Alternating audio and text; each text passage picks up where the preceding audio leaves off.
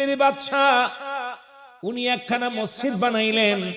আজকে যেমন এলাকার ভাইরা সুন্দর একটা মসজিদ বানাইছেন, যদিও মসজিদে যাই নাই, যদিও মসজিদে এখনো যা হয় নাই। শুনেছি একতলা কমপ্লিট, দ্বিতীয় তলার কাজ চলতেছে, অলরেডি ফেলার হয়ে গেছে। বাদশাহ শাহজাহান সাধনা করলেন, যেহেতু আমি একজন মুসলিম নেতা, আমি একজন মুসলিম রাষ্ট্রনায়ক, যেহেতু এই দুনিয়ার মধ্যে আমি একটা মসজিদ বানাইব, সেই মসজিদের নাম হলো দিল্লির জুমা মসজিদ। জোরে বলা যাবে না আমার নামটা কি? দিল্লির জুমা মসজিদ। জোরে বলেন নাম কি? দিল্লির জুমা মসজিদ। বাদশাহ শাহজাহান জল্পনা কল্পনা করলেন, নিজের কষ্টের টাকা, নিজের সাধনার টাকা, হালাল টাকা দিয়ে, হারাম টাকা নয়, এই টাকা দিয়ে বাদশাহ শাহজাহান 10টা বছর সাধনা করে মসজিদ বানাইলেন। কয় বছর? জোরে বলেন কয় বছর? এই জোরে বলেন কয় বছর? 10 বছর সাধনা করে মসজিদ খানা বানাইলেন। 10 বছর মুসলমান, এবং প্রতিবার যখন মসজিদের কাজ শুরু হয়, একজন কোরআনের হাফেজ দিয়ে এক পারা করে কোরআন শরীফ পড়ানো হয়। কারণ এক পারা কোরআন শরীফ পড়ে এরপরে কাজ শুরু হয়, রাজমিস্ত্রি কাজ শুরু করে। 10 বছর ধরে মসজিদ খানা বানাইলেন। এই মসজিদ খানা বানানোর পর কমপ্লিট যখন মসজিদ হয়ে গেল, মসজিদে একজন ইমাম নিযুক্ত করলেন। যেমন আজকে আপনাদের মসজিদের ইমাম সাহেব ইনামুল হক সাহেব, উনি অত্র মসজিদের ইমাম। এইরকম একজন মসজিদের ইমাম ঠিক করলেন। ইমাম সাহেব প্রথম জুম্মার খুতবা দিলেন। বাদশাহ শাহজাহান উনিও মসজিদে উপস্থিত ছিলেন, জালাল ভাইয়ের মতো। আমার ভাইরা গভীর মনোযোগ আব্দুল জলিল সাহেবের মতো উনিও মসজিদে কমপ্লিট ছিলেন, উপস্থিত ছিলেন। নামাজ শেষ হলো, রাত্রে যে যখন ঘুমাইছেন, ঘুমানোর পর বাদশাহ শাহজাহান স্বপ্নে দেখে, বাদশাহ শাহজাহান রে, তুমি নামাজ আদায় করেছো তোমার মসজিদে। আজকে যারা এই মসজিদে নামাজ আদায় করেছে, কারুর নামাজ হয় না। আল্লাহু আকবার বলেন না। নামাজ কারুর হয় না। বাদশাহ শাহজাহান চিন্তায় পড়ে গেল, এত কষ্ট করে, এত সাধনা করে মসজিদ বানাইলাম, এত সাধনা করে মসজিদ বানাইলাম রে, এখন এই মসজিদে নামাজ আদায় করলাম, নামাজ হয় না। কারণ শরিয়াতের কিবলা হলো কাবা, দুজানের কিবলা রাহমাতুল লিল আলামিন, মুনাজাতের কিবলা শাহজিম। বাদশাহ শাহজাহান চিন্তা করে, আল্লাহ, না জানি কিবলা নির্ণয় ঠিক হয় নাই, না জানি কি হয়েছে, আজকে নামাজ পড়লাম, নামাজটা হয় নাই। দ্বিতীয় জুম্মার নামাজ হয়ে গেল। দ্বিতীয় জুম্মায় একই সংবাদ আসলেন, বাদশাহ শাহজাহান, তুমি যত মুসল্লিদের নিয়ে নামাজ আদায় করলা, কারুর নামাজ আজকে কবুল হয় নাই। জোরে বলা যাবে না আল্লাহু আকবার। কারুর নামাজ হয় নাই। বাদশাহ শাহজাহান পেরেশানিত হয়ে গেলেন, চিন্তা করতে লাগলাম, এত সাধনা করে মসজিদ বানাইলাম, এত মসজিদটাকে ভালোবাসলাম, 10 বছর ধরে সাধনা করে মসজিদ বানাইলাম, নিজের হালাল উপার্জন দিয়া মসজিদ বানাইলাম, এই মসজিদে আমি নামাজ আদায় করলাম, মসজিদে নামাজ কেন হলো না? কারণটা কি? উনি গবেষণা করতে লাগলেন আর কাঁদতে লাগলেন। নিশি যখন রাত্র যখন নিশি হয়ে যায়, চোখের পানি ছেড়ে ছেড়ে কান্দার, রব্বে কারীম, আমি এমন কি অপরাধ করেছি, আমার নামাজ হয় নাই, মসজিদের মুসল্লিদের নামাজ হয় নাই, যেহেতু একজন যোগ্য ইমামের পিছে নামাজ আদায় করলাম, সুন্দর মসজিদে নামাজ আদায় করলাম মুসল্লি কিরামদের নিয়ে, তবে কেন নামাজ কেন কবুল হয় নাই? রব্বে কারীম, তুমি একটু আমারে জানায়া দাও। চোখের পানিগুলো ফেলায় ফেলায় কাঁদতে লাগলেন, চোখের পানি ফেলায় ফেলায় কান্দে রে। এবার বাচ্চা সংবাদ পায়, ও বাচ্চা, গমের ঘরে সংবাদ পায়, ও বাচ্চা, তুমি 2 জুম্মার নামাজ পড়লাম, তুমি কি জানো না নামাজের জন্য শর্ত হলো কিবলা? সুতরাং তুমি যে মসজিদ খানা বানাইলা, এই মসজিদের কেবলা নির্ণয় ঠিক হয় নাই, সুতরাং এই কারণে মসজিদের মুসল্লিদের নামাজ হয় না। শরিয়াতের কেবলা কাবা, যারা বলেন শরিয়াতের কেবলা, শরিয়াতের কেবলা কাবা। বাদশা শাহজাহান বলে আল্লাহ এখন কি করি, যেহেতু মসজিদের কেবলা নির্ণয় ঠিক হয় না, নামাজ যেহেতু আদায় করলাম নামাজ তো হবে না, এখন মসজিদ তো কেবলাটা ঠিক হয় না, কি করা যায়? যার কাছে যায় সেই বলে মসজিদটা ভেঙ্গে আবার বানাও। বাদশা শাহজাহান বলে শোনো, পৃথিবীর মধ্যে আমাকে হত্যা করো, দুঃখ নাই, আমি বেঁচে থাকতে আমার মসজিদের একটা ইটের গায়ে হাত দিতে পারবো না, কারণ ওই মসজিদটাকে আমি আমার জানের চাইতে বেশি ভালোবাসি। যেমন আজকে ভালোবেসে আপনারা দান ধ্যান করলেন, অত্যন্ত ভালো লাগলো। আপনারা উপস্থিত আমার দান চাওয়ার আগে 1,50,000 করে আপনারা যারা শরীক হয়ে গেছেন, বড় আনন্দ লাগছে। বাদশা শাহজাহান ডাক দে বলে, হে মুসল্লিরা, এ ভাইরা শোনো, আমি বাদশা শাহজাহান আমার জীবনের চাইতে মসজিদটাকে ভালোবাসি। এই মসজিদ আমার জীবন থাকতে মসজিদের গায়ের একটা পাথরের ক্ষতি হতে আমি বাদশা শাহজাহান দিব না। কার ঘর, কার ঘর? এই জোরে বলেন কার ঘর? আমরা কার ঘর? আমরা কার? মসজিদ কার? আর জমিন কার?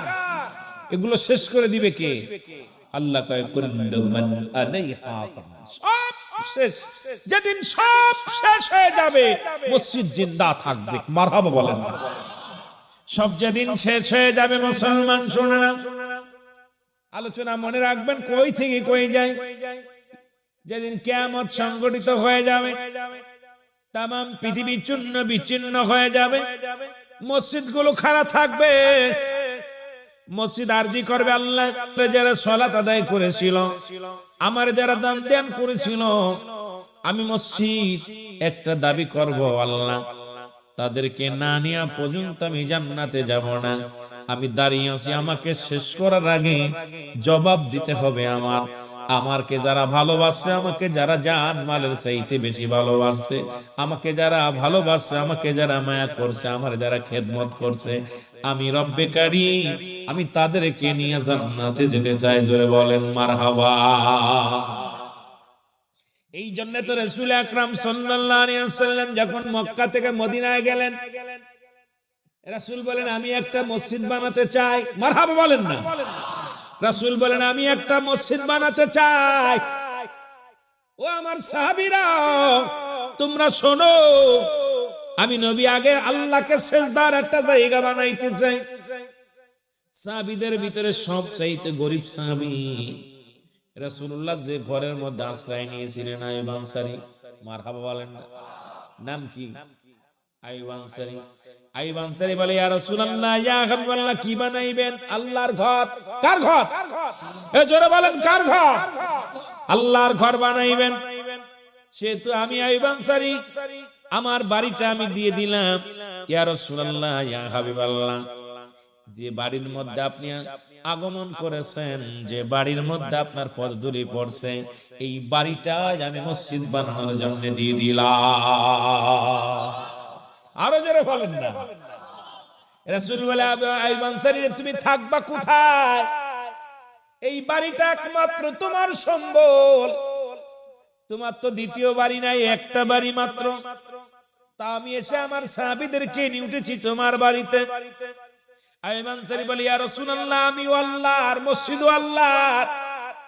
ইয়া রাসূলুল্লাহ, ইয়া হাবিবাল্লাহ, এই বাড়িটা আমার আসল বাড়ি না, আমার আসল বাড়ি হলো কবর। আসল বাড়িটা কোথায়? যারা বলেন আসল বাড়িটা কোথায়? এই যে একটু আগে আমার এক ভাই চলে গেছে, পৃথিবীর মধ্যে আসার একটা সিরিয়াল আছে, যার কোন সিরিয়াল নাই।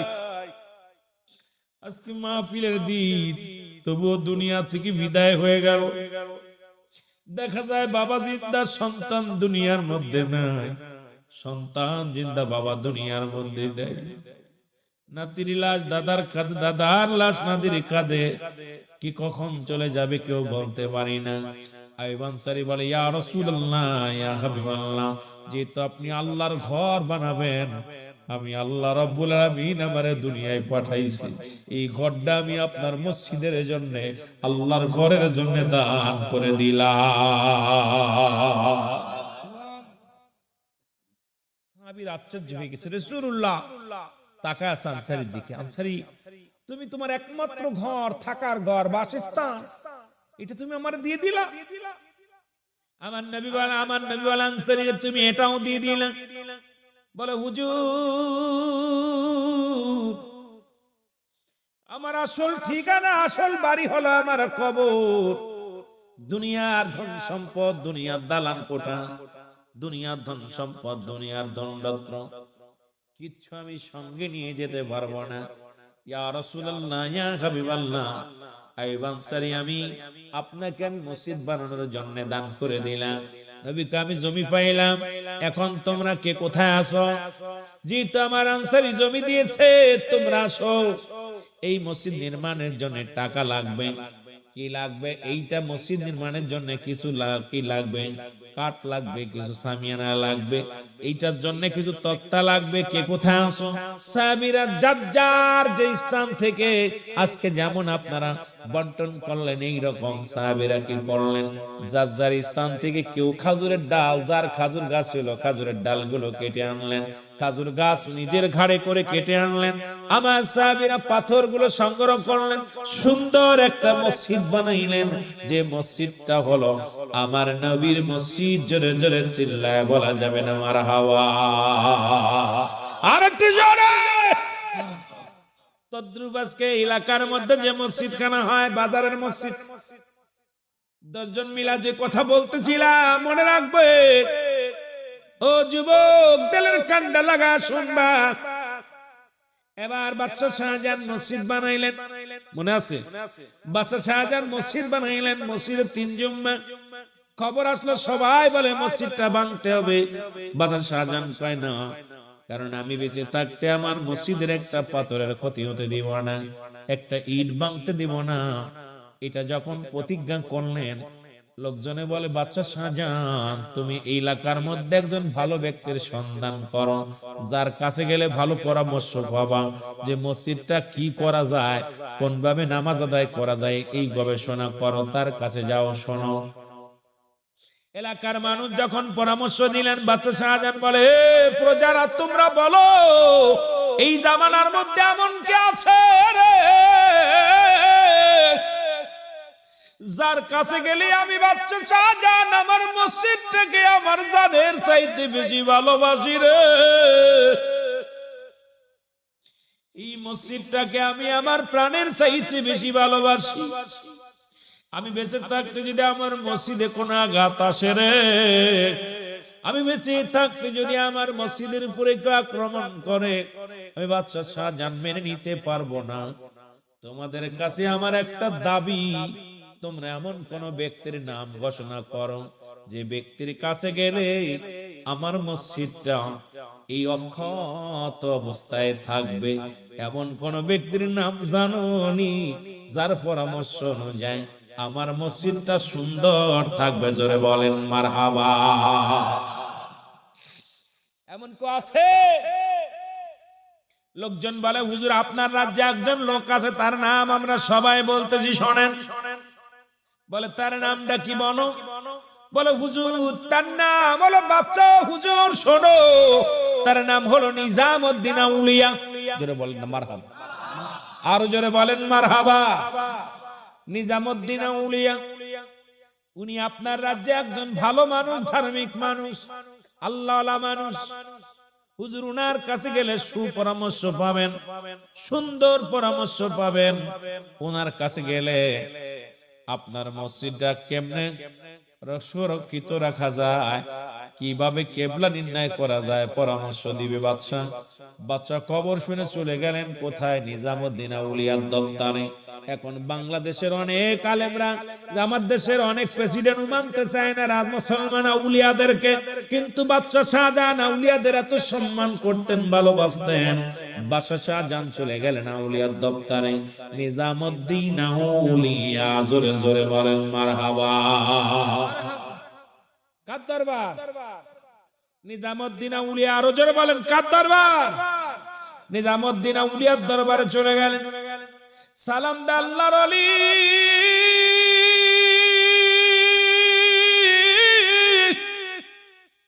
ডাক দিয়ে বলে আসসালামু আলাইকুম। এ আল্লাহর ওলি নিজামুদ্দিন আউলিয়া, আমি আপনার কদমের মধ্যে আছি, আপনি একটু উপায় আমারে বলে দেন। নিজামুদ্দিন ডাক দিয়ে বলো, বাদশা শাহজাহান, তুমি আমার কাছে কেন আসছো আমি জানতে চাই। আমি হলাম ফকির মানুষ, আমি তো রাজ্যের রাজা নয়, আমি তো দেশের প্রেসিডেন্ট নয়, আমি দেশের এমন কোন ধন সম্পদশালী লোক নয়। আমি হইলাম মৌলার পাগল, আল্লাহর পাগল। এই পাগলের কাছে তুমি কেন আসছো বাদশা শাহজাহান? তুমি আমার জলদি বলো, জোরে জোরে বলা যাবে না আল্লাহু আকবার। বাদশা শাহজাহান, তুমি জানো আমি একটা খুনি মানুষ ছিলাম, নিজামুদ্দিন আউলিয়া। দুনিয়ায় অনেক খুন করেছি, কিন্তু একটা দিন একটা নারী সতীত্ব কবর থেকে যখন উত্তোলন করে জিনা করতে চেয়েছিল, তখন আমি তাকে খুন করেছিলাম। ওই মানুষটা আর ওইটা আমি সহ্য করতে পারি নাই। ওই মানুষটা যে অন্যায় করতেছে আমার নজরে মনে হচ্ছে বিশাল অন্যায়, তখন আমিও তাকে খুন করেছিলাম। আর খুন করার কারণে রব্বে করিম আমার নামটা যে এই জায়গায় লিখে দিছে, সেদিন থেকে আমি দুনিয়ার কোনো মুখাফেক্কি নেই, রব্বে করিমের গোলাম। জোরে বলেন মারহাবা, আর একটু জোরে বলেন মারহাবা। বাদশা শাহজাহান, তুমি কিসের জন্য আসছো বলো? হুজুর, আমি আসছি আপনার কাছে একটা সুপরামর্শের জন্য। সেটা হলো, আমি একটা মসজিদ বানাইছি 10টা বছর সাধনা করেন। ওই 10 বছরে মানুষ এই বাইতুল মাল থেকে মাল নিয়া, টাকা নিয়া 10টা বছর সাধনা করে মসজিদ খানা বানাইলাম। এই মসজিদে নামাজ আদায় করলাম, নামাজ হয় নাই। এখন আপনার কাছে পরামর্শের জন্য আসছি, আপনি একটা পরামর্শ আমারে দিয়া দেন। বাদশা শাহজাহান বলে, বাদশা শাহজাহান ডাক দিয়ে বলে, ও নিজামুদ্দিন আউলিয়া, তাড়াতাড়ি আমার একটা পরামর্শ দাও। নিজামুদ্দিন আউলিয়া কয়, হুজুর আপনার মসজিদটা ভেঙে ফেলেন, ভেঙে আবার নতুন করে বানান। বাদশা শাহজাহান কয়, ও নিজামুদ্দিন আউলিয়া, বাঙ্গা তো দূরের কথা, আমার মসজিদের একটা ইটের যদি ক্ষতি হয়, আমি বাদশা শাহজাহান কোনদিন মেনে নিতে পারবো না। আমার মসজিদ আঘাত করা মানে আমার কলিজা আঘাত করা। আমি বেঁচে থাকতে আমার মসজিদের গায়ে একটা টুকা মারবে, আমি এটা মানতে পারবো না। জোরে বলেন মারহাবা।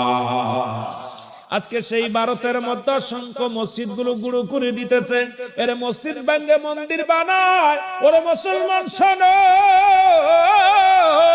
এরে মুসলমান, সারা বিশ্বের বুকে অনেক মসজিদের উপর আক্রমণ হয়, মসজিদ আকসার মধ্যে আক্রমণ হয়। ও যুবক বন্ধুরা শোনো, যদি মুসলমানদের অন্তর না কান্দে, মুসলমানদের হৃদয় যদি রক্তক্ষরণ না হয়, আমার মন বলে এর মতো মুনাফিক মুসলমান আর দুনিয়ায় কেউ নাই। জোরে বলেন ঠিক কিনা? মসজিদের জন্য যে দরদ না হয়। বাদশা শাহজাহান বলেন, তাড়াতাড়ি বলো উপায়, বলো বলো উপায় ভেঙ্গে দাও। কার কোন পরামর্শ আসেনি বলো?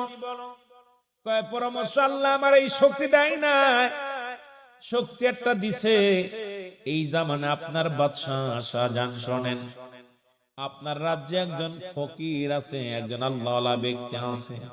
এই লোকটার কাছে আপনি যাবেন, যিনি দিল্লির বাদশা, দিল্লির জঙ্গলে আজ 40টা বছর কোনো ভাত খায় না, কোনো খাবার খায় না। গাছের লতা পাতা খায় আর জঙ্গলের মধ্যে রব্বে কারিমের ডাকে। এই পাগলটার নাম হলো আল্লাহর ওলি হারে বারশা রহমাতুল্লাহ আলাইহি। জোরে জোরে চিল্লা বলা যাবে না মারহাবা। আল্লাহ বলেন কুরআনুল কারীমের মধ্যে, এখন আবার ওলিদের কথা বললেই বলবেন হুজুর পালেন কোথায়? ওলি আল্লাহ কি কোরআনে আছে? তাফসীর কুরআন মারমু কুরআনুল মাহফিলে আবার ওলি আল্লাহর কথা বলেন কেন? কোরআনে বলে মুর্শিদ, কোরআনে বলে মুর্শিদ, আরবিতে মুসলমান। কোরআন নাজিল হয়েছে আরবি ভাষায়, ফার্সি ভাষায় হলো পীর। মারহাবা বলেন না। আবার এখন পীরের কথা বললে অনেক আলেমরা কইব তাফসীরুল কোরআন মাহফিলে পীরের কথা বলে কেন? কয় পীর টির তো কোরআনে নাই, কোরআনে কোথাও পীর পাবেন না, কারণ কোরআন তো আর আরবি ভাষায় লেখা আছে, ফার্সি ভাষায় লেখা হয় নাই। এই জন্য কোরআনের ভাষা আছে মুর্শিদ, আর আরবি মুসলমান আরবি ভাষায় হলো মুর্শিদ, আর মুসলমান ফার্সি ভাষায় হলো পীর, আর বাংলায় বলা হয় গার্জিয়ান, অভিভাবক, আর ইংলিশে বলা হয় গার্জিয়ান। আল্লাহ বলে সূরা ইউনূসের মধ্যে 11 নম্বর পারা 62 নম্বর আয়াত, আল্লাহ বলে আলা, কোন কোরআনের মধ্যে যদি না পান তাফসীর শোনেন আল্লাহ কি কয়? আল্লাহ বলে আলা, সাবধান, ইন্নানি চালা ইন্না উলিল্লাহি, আল্লাহর তরফ থেকে যারা ওলি হয়, লা নাই কোন শব্দের অর্থ ভয়, ওয়ালা যদি অবস্থান করে হুমদের উপরে আহজানুন, তাদের কোনো চিন্তা নাই, ভাবনা নাই। কোরআনুল কারীমের মধ্যে সূরা ইউনূসের মধ্যে 11 নম্বর পারা 62 নম্বর আয়াত। এখন যদি কোরআন যদি বলেন পাই নাই, আমি মনে করি আপনারা কোরআন পড়েন নাই। জোরে জোরে চিল্লায় বলো আল্লাহু আকবার। এখন ওলি আল্লাহর কথা কইতেছি তো অনেক কইতে পারে হুজুর তাফসীর মাহফিলে আবার ওলি আল্লাহদের টানিয়ে আনে কেন? আমাদের তো আমার দেশের বক্তা তো তাফসীর করা শুরু করলে আর ওলি আল্লাহদের লাগে না, কিন্তু বাংলাদেশে আনছে তো ওলি আল্লাহ। পিতা মাতা যদি না আইলো তুই কইতে আইলি? পিতা মাতাই তো আমাদের আগে। জোরে বলেন ঠিক কি না? আব্বার মা না থাকলে আমি আইতাম কই? কথা বলেন। আমাকে দুনিয়া আনার জন্য ভূমিকা বাবা মায়ের কম আছে? কথা বলেন। ভাইজান ওয়াজ করছে, ভাইজান পিতা মাতার একটু ওয়াজ করবেন, কিন্তু সময় যদি পাই যাব। এই পিতা মাতা ছাড়া কোনো গতি আছে আসার মতো? যদিও আসে জারস, তাও তো একজন বাবার মাধ্যম লাগে। জোরে বলেন ঠিক কি না? এখন বাংলাদেশে ইসলাম যারা আমরা প্রচার করতেছি, খোদার কসম করে বলি, এই ইসলামটা মানার আগে ওলি আল্লাহ না মেনে যদি ইসলাম মানেন, আমি মনে করি আপনি সঠিক ইসলামের মধ্যে নাই। কারণ এই বাংলার জমিন ইসলাম আনছে আল্লাহর ওলিরা। জোরে বলেন ঠিক কিনা? আরো জোরে বলেন ঠিক কিনা? আপনি মানেন চাই না মান কিছু যায় আসে না। আমার এদেশ ইসলাম আনছে কে? আনছে আল্লাহর ওলিরা। জোরে বলেন মারহাবা। আমার ভাইরা, আমার বন্ধুরা, আমার এই জন্য আমি কোরআন থেকে বললাম। বলবে হুজুর তাফসীর পালেন কই? যেহেতু তাফসীরুল কোরআন মাহফিল সূরা ইউনূসের মধ্যে 11 নম্বর পারা 62 নম্বর আয়াত, হাদিস শরীফ মেরকাত শরীফ মেরকাতে 10ম খণ্ড 722 নম্বর পৃষ্ঠা লিখে নেন ভালো করে। তাফসীরুল বায়ান 5ম খণ্ড 524 নম্বর পৃষ্ঠা। এখন আপনি লিখে নেন, যদি কোন হুজুর পাই নাই, এখন অফেন্স চ্যালেঞ্জ আপনি ভালো করে লিখে নেন। আল্লাহ রাসূল বলে আলা সাবধান, ইন্না নিচ্চালা ইন্না উদাল্লাহি, আল্লাহর তরফ থেকে যারা ওলি হয় লা ইয়ামুত, তাদের মৃত্যু নাই। সুতরাং আল্লাহর নবীজিও বলছে, আল্লাহ বলছে। এখন আমি মৌলবী বললে দোষ কি? জোরে বলেন ঠিক কি না? আপনি মানবেন না ঠিক আছে, কিন্তু মানুষের সামনে আইয়া যদি বলেন ওলি আল্লাহ লাগবে না, পীর সাহেব লাগবে না, আমি মনে করি আপনার ওয়াজ শোনায় যায় না। জোরে বলেন ঠিক কি না? আপনার ওয়াজে বসাই যায় নাই। কারণ বাংলাদেশে বাস করবেন, ওলি মানবেন না, বাপ মার গর্ভে জন্ম নিবেন, মায়ের গর্ভে মা মানবেন না, এগুলো আমি মানতে পারবো না। জোরে বলেন ঠিক কি না?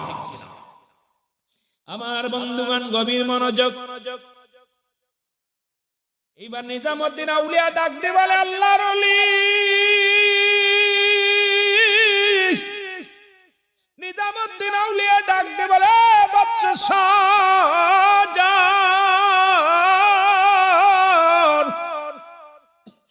তুমি আমার রব্বে কারিমের ভালোবাসা দেখে আমি বড় মুগ্ধ হয়ে গেলাম। তুমি আমার রব্বে কারিমের মসজিদটাকে এত ভালোবাসো, তুমি আমার রব্বে কারিমের মসজিদটাকে এত মায়া করো।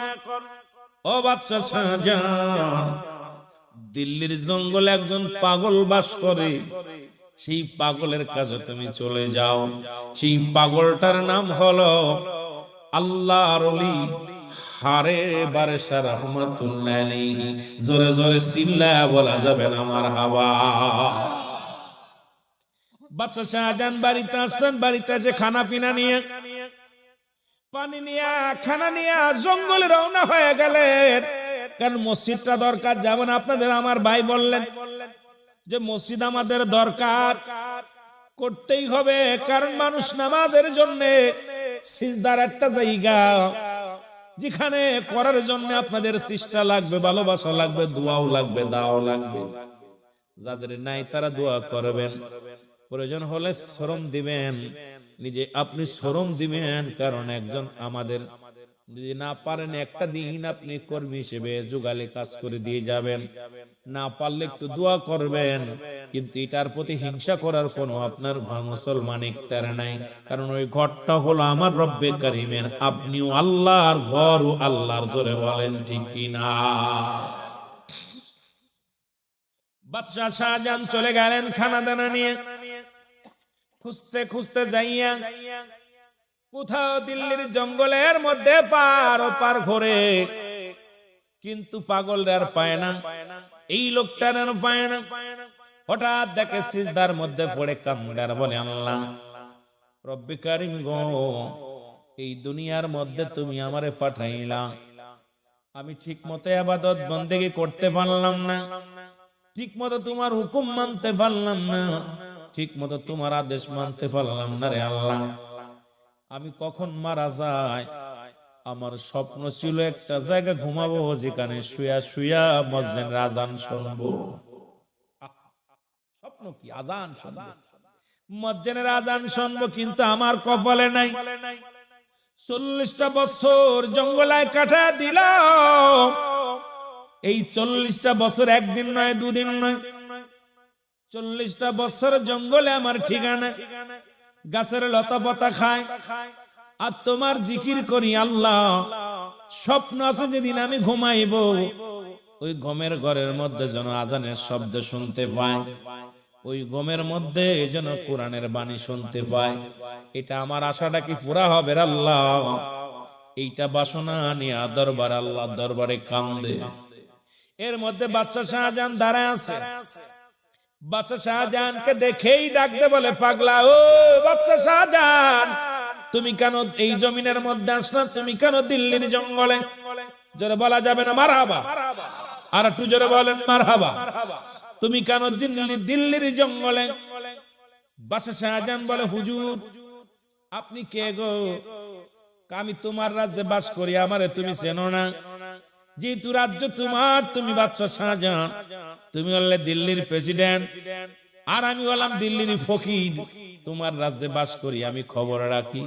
তুমি হলে দেশ রাষ্ট্র নায়ক, তুমি বাদশা শাহজাহান। সুতরাং শোনো, তুমি কেন এই দিল্লির জঙ্গলে আসছো? বাদশা শাহজাহান চোখের পানি ছেড়ে কান্দার বলে, হুজুর চোখের পানি বিলায় ফেলায় কান্দের ডাকতে বলে, আল্লাহর ওলি, যদি আমার চিনতে না ভুল হয়, আপনার পরিচয়টা চাই। আল্লাহর ওলি পরিচয় দেয়, বাবা আমার পরিচয় হলো, আমার নাম হারে বারেশা রহমাতুল্লাহ আলাইহি। জোরে জোরে চিল্লায় বলা যাবে না মারহাবা। বলে, হুজুর আপনার কদমের মধ্যে আমি আসছি। বলে, কেন আসছো? বলে, হুজুর আমি একটা মসজিদ বানাইলাম 10 বছর সাধনা করে, এই মসজিদটার কেবলা নির্ণয় হয় নাই। এখন এই মসজিদটা কিভাবে কেবলা নির্ণয় করে যে আমাকে বলে দেন হুজুর।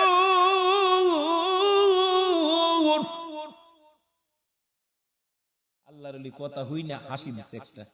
এই ব্যাপার নিয়ে আইছো? এই কি কোনো ব্যাপার নেই, ও তো মসজিদ এমনি সোজা হয়ে যাবে। সুবহানাল্লাহ বলেন না? আল্লাহর ওলি যখন এই কথা বললেন, বাদশা শাহজাহান তাকায় দেখে মানুষটার গায়ে গোস্ত না, একদম দুর্বল মানুষ, গায়ের ভিতরে কোনো গোস্ত নাই, উঁচু লম্বাও বেশি নয়। এই পৃথিবীর মধ্যে সবচেয়ে সাধারণ একটা মানুষ, যেহেতু 40 বছর খানা খায় না, 40 বছর অনাহারে, 40টা বছর জঙ্গলায় বাস করে, লতা পাতা একমাত্র তার খানা। বাদশা শাহজাহান একবার তাকায় মুখের দিকে, আবার তাকায় উপর দিকে, চিন্তা করে এই লোকটা কি কয়, এই মসজিদ নাকি ধাক্কা দিয়ে সোজা করা কোন ব্যাপারই না। ডাকতে বলে, হুজুর আমার মসজিদটাকে কেবলা নির্ণয় করা লাগবে, আপনি চলেন। ডাকতে বলে, বাদশা শাহজাহান যেতে পারি, আমার একটা শর্ত আছে, যদি মানো। কয় শর্তটা কি? শর্তটা হলো আমি মারা যাব, আমি মারা যাওয়ার পর ওই মসজিদের মেম্বারের সামনে আমার কবরটা দিবা। বলো তুমি যদি রাজি হও, আমার মনে বড় স্বপ্ন, ওই মসজিদের মেম্বারের সামনে আমি ঘুমাইব। মসজিদে আযান দিবে, ইমাম সাহেব কোরআন তেলাওয়াত করবে, 5 ওয়াক্ত কোরআন তেলাওয়াত করবে, আর আমি মসজিদের সামনে শুয়ে শুনব। তুমি যদি আমাকে এই হুকুমটা দাও, এটা যদি রাজি হও, ও বাদশা শাহজাহান, তোমার মসজিদটা আমি কেবলা নির্ণয় করে দিব। জোরে জোরে চিল্লা বলা যাবে না মারহাবা। মসজিদ আমি গুছায়া দিব, কিন্তু শর্ত হলো আমারে শুইতে দিতে হবে মসজিদের মেম্বারের সামনে। রাজি আছো? বাদশা শাহজাহান বলে, হুজুর আমি প্রেসিডেন্ট, আমার বড় স্বপ্ন ছিল আমি ওই মসজিদের মেম্বারের সামনে ঘুমাবো, আমার বড় স্বপ্ন, এই জন্য মসজিদটা বানাইলাম। আমার স্বপ্নটা হুজুর আমার পুরা ছিল। আমি সবাইরে বলছি যে আমি যদি মারা যায়, আমার লাশখানা মসজিদের সামনে রাখবা, আমিও মসজিদের ইমাম সাহেবের কেরাত শুনবো, কোরআন তেলাওয়াত শুনবো, আমিও মসজিদের মুয়াজ্জিন সাহেবের আযান শুনবো। বড় স্বপ্ন আমার ভিতরে ছিল হুজুর। এখন আপনি শুইতে চালেন, আমার দিক মসজিদও ঠিক করা লাগবে, আবার আপনিও দাবি করলেন, কি করব? তুমি রাজি হইলে হও, না হইলে না হও, যাও। যদি রাজি হও আমি রাজি, রাজি না হইলে তুমি যাও, আমার ডিস্টার্ব করো না। বাদশা শাহজাহান বলে, আমি রাজি। মারহাবা বলে আরো জোরে। কয় তাহলে চলো। তো হুজুর কাপড় চোপড় গুছাই নিবেন না? কয় বাবা আমি এক কাপড়ে জীবন দীর্ঘদিন। কিসের কাপড় বাবা? কারণ এই দুনিয়া ক্ষণস্থায়ীর জন্য, চিরস্থায়ী হলো আমার কবর। সুতরাং আমি পাগল মানুষ, আমি রব্বে কারীমের পাগল। এই দুনিয়ার মধ্যে কিসের পোশাক, কিসের সম্বল, কিসের কম্বল? কারণ একই কাপড়ে গায়লাম, একই কাপড়ে এক মুসলমান। শুনে নাও, আরে আম্মাজান হাফসা বলেন, পৃথিবীর মানুষ শোনো, আমার রাসূল শীতের রাত্রে একখানা চাদর যা গায়ে বিছানা দিতেন, অর্ধেক গায়ে বিছায় পড়তেন, আর একটু বিছনা বানাইতেন। সেই নবীর উম্মত হইয়া দুনিয়ার মধ্যে রব্বে কারীমের কাজ করতে চায় না। আমার মতো বোকা, আমার মতো মুসলমান, আমার মতো বোকার দুনিয়ার মধ্যে আর কেউ নাই। জোরে বলেন ঠিক কিনা? এবার বাদশা শাহজাহান নিয়ে গেলেন, কারে নিয়ে গেলেন? পাগলারে নিয়ে গেলেন। যা লোকজন ডাক দেন, কোথায় আমার রাজ্যের বউ, রাজ্যের মানুষেরা শোনো, আজকে এমন একজন ব্যক্তি আনছে যিনি মসজিদ ধাক্কা দিয়ে সোজা করে দিবে। উজির, এমপি, মন্ত্রী সবাই হাজির হয়ে গেছে সামনে। বাদশা শাহজাহান বলে, হুজুর, বাদশা শাহজাহানকে ডাক দে, বলে হুজুর কোন লোকে সোজা কর? বলে এই লোকটা। সবাই হাসে, হুজুর আপনার মাথা নষ্ট হয়ে গেছে, কারণ যাকে আপনি আনছেন তার গায়ে বল নেই, দাঁড়াতে পারে না। এই লোকটা মসজিদ ধাক্কা দিয়ে সোজা করে দিবে, কেমনে মানা যায়? লোকজন হাসির পাত্র হয়ে গেলেন। আল্লাহর ওলি হারে বারে ডাক দেখায়, বাদশা আমাকে আনছো যে কাজের জন্য, দেরি করো না, তুমি একদম কি করো, ডাক দাও একজন বকি, ডাক দাও। মুসলমান শোনো, একজন ইঞ্জিনিয়ারকে ডাক দাও, একজন বৈজ্ঞানিককে ডাক দাও, ভালো করে ম্যাপ ধরতে বলো, কোন দিকে কাবা, আমার দেরি হবে না, তাড়াতাড়ি করো। এবার কাবাটা নির্ণয় করে বাদশা শাহজাহান বললেন, হুজুর কিবলাটা একটু মাথা ঘুরবে। সঙ্গে সঙ্গে আল্লাহর ওলি হারে বারেসা ওই মসজিদের মধ্যে হাতটা লাগায়া দিছে। হাতটা লাগায়া দিয়ে চিৎকার মেরে বলে, রব্বে কারীম,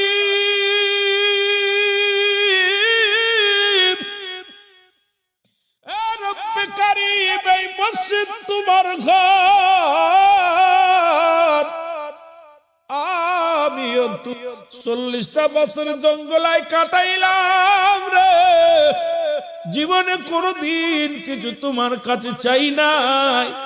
জীবনে কোনোদিন তোমার কাছে বাড়ি চাই নাই, গাড়ি চাই নাই, দুনিয়ার মধ্যে কোনো কিছু চাই নাই। আজকে একটা মাত্র চাঁদ তোমার মসজিদটা ঘুরে যেতে বলো, এই মসজিদের মেম্বারের সামনে আমি ঘুমাইবো, আমি চির ঘুমে ঘুমাইবো রে আমার আল্লাহ। এই মসজিদটা যেন তাড়াতাড়ি ঘুরে যায়। জোরে জোরে বলেন মারহাবা। ঘুইরা ধরার সঙ্গে সঙ্গে মসজিদ একা একা ঘুরে গেছে। সুবহানাল্লাহ বলেন। আর একটু যদি কেউ দিল্লি যান, দিল্লির জুমা মসজিদে নামাজ আদায় করবেন, দেখবেন ওই মসজিদের ভিতরে নামাজ আদায় করতে গেলে একটা মানুষ যখন দাঁড়ায় যাবেন, মনে হয় চারিদিকে মানুষ দাঁড়ায় আছে। ডান দিকের পিলারটা দেখে এসেছিলাম ভাঙ্গা। ও মুসলমান শুনে না, কারণ একটা গাছ পড়িয়া পিলারটা ভাঙছে। ওই মসজিদের সামনে আল্লাহ আর লিখারে বারেসার মাজারটা আছে। আজও পর্যন্ত জীবনের স্বপ্ন ছিল আমার বাবারা আমার, আজকে আপনাদেরও সেই স্বপ্ন থাকার দরকার। আল্লাহর ঘর মসজিদ আমরা বানাইবো জানমাল দিয়া। এই মসজিদ থাকবে, এই মসজিদ একদিন আপনার জন্য সুপারিশ করবে। এই মসজিদ একদিন ডাকবে, আল্লাহ অমুক মিয়া আমারে দান করেছিল, অমুক মিয়া আমার ইট দান করেছিল, অমুক মিয়া আমারে পাথর দিয়েছিল, অমুক মিয়া আমারে কি দিয়েছিল, মুসলমান সোনা লোহা দিয়েছিল, অমুক মিয়া আমার টায়াসের কাজ দিয়েছিল। সুতরাং তাকে তুমি নাজাত দাও, তো তুমি নাজাত দাও। সেই মসজিদের খেদমত করার দরকার আছে কিনা? ও ভাই উঠতেছেন কি? আপনাদের কাছে আল চাইতেছি না, ভয় নাই। আমি মসজিদ মনে হচ্ছে মুজুর মনাইবের কালেকশন শুরু করব। অনুরোধ করি, এই মসজিদটা কার? জোরে বলেন না কার? আরো জোরে বলেন কার? এটা আপনি দিলেও হবে, না দিলেও হবে। 2 বছর পর হোক, 5 বছর হোক, দেখছেন কোথাও মসজিদ পড়ে আছে, আপনি যত উঠে যান কিচ্ছু যায় আসে না। কোন পাগলের মনের ভিতরে লাগাই দিবে আল্লাহ পাগলামি, পাগলে একা একা সব আমি করব। জোরে বলেন ঠিক কিনা? দেখছেন না আজ পর্যন্ত পড়ে আছে কোন মসজিদ? কথা বলেন, পড়ে আছে? একভাবে না একভাবে হয়ে যায়। হয়তো 2 দিন সামরিক কিছু কষ্ট হয়, রব্বে কারিমের ইজ্জত ওই ঘর, এটা এমন ভাবে উঠবে আপনি কল্পনাও করতে পারেন। এমন একটা দিন আসবে দান করার জায়গা পাবেন না, এমন একটা সময় আসবে দান করার সময় পাবেন না। এই যে ব্যক্তি চলে গেল, 3টা জিনিস কাজে লাগবে। নাম্বার 1 নেক আমল, নাম্বার 2 সদকায়ে জারিয়া, নাম্বার 3 নেককার সন্তান। জোরে বলেন না মারহাবা। আরো জোরে বলেন, আরো জোরে বলেন। এই যে লোকটা চলে গেল, ওনার আমলের দরজা বন্ধ হয়ে গেছে, কি ঠিক কিনা?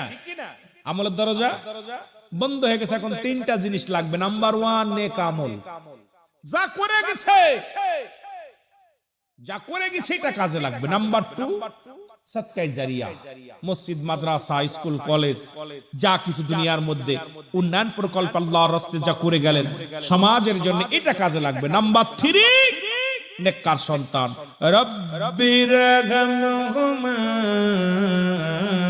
কামা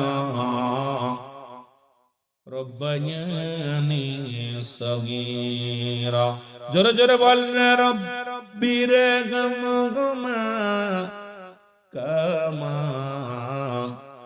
রব্বায়ানি সগীরা। জোরে জোরে চিল্লায় বলা যাবে না মারহাবা। ওরে আমি যদি যাই গো মারা, আমি যদি যাই গো মারা বিদেশের মাটিতে, লাস্টায় আমার পৌঁছাই দিও মায়ের কোলেতে।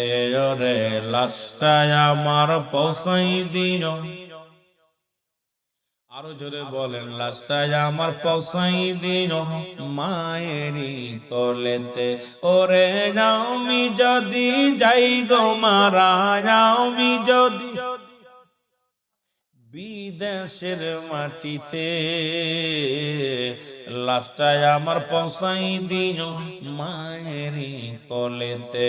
ওরে লাস্টায় আমার পৌঁছাই দিও, জন্মের পরে যে কোলেতে রাখছে আমার মা,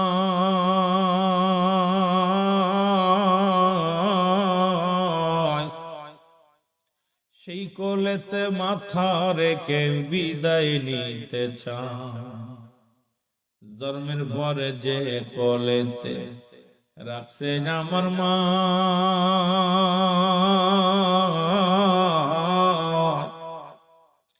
সেই মায়ের কোলে মাথা রেখে বিদায় নিতে চায়। আমার মায়ের মুখটা দেখলে পারে, মায়ের মুখটা দেখলে পারে শান্তি পাবো কবরে। লাস্টায় আমার পৌঁছাই দিও মায়েরই কোলেতে জোরে, লাস্টায় আমার পৌঁছাই দিও, আরো জোরে বলেন, লাস্টায় আমার পৌঁছাই দিও মায়েরই কোলেতে। ওরে আমি যদি যাই গো মারা, বলো আমি যদি বিদেশের মাটিতে, লাস্টায় আমার পৌঁছাই দিও মায়েরই কোলেতে জোরে, লাস্টায় আমার পৌঁছাই দিও। এই জগতে মায়ের মতো হইনি আপন,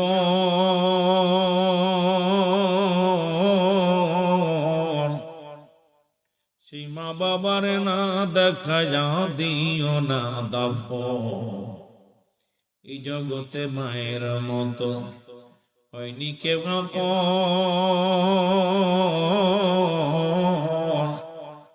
সেই মা বাবাকে না দেখায়া দিও না দাফন, আমার দিও না দাফন। মায়ের মুখটাই আমি দেখলে পারে, বাবার মুখটাই আমি দেখলে পারে শান্তি পাবো কবরে। লাস্টায় আমার পৌঁছাই দিও মায়েরই কোলেতে জোরে, লাস্টায় আমার পৌঁছাই দিও। ওরে আমি যদি যাই গো মারা, আমি যদি যাই গো মারা বিদেশের মাটিতে, লাস্টায় আমার পৌঁছাই দিও মায়েরই কোলেতে জোরে, লাস্টায় আমার পৌঁছাই দিও মায়েরই কোলেতে। এ মুসলমান গভীর মনোযোগ, পিতা মাতার প্রতি হক 14টা হক। কয়টা হক? জোরে বলেন কয়টা হক? 14টা হক। ইন্তেকালের পরে 7টি, ইন্তেকালের আগে 7টি, মোট 14টা হক। কয়টা হক? একটু আস্তে বলবেন না জোরে বলবেন?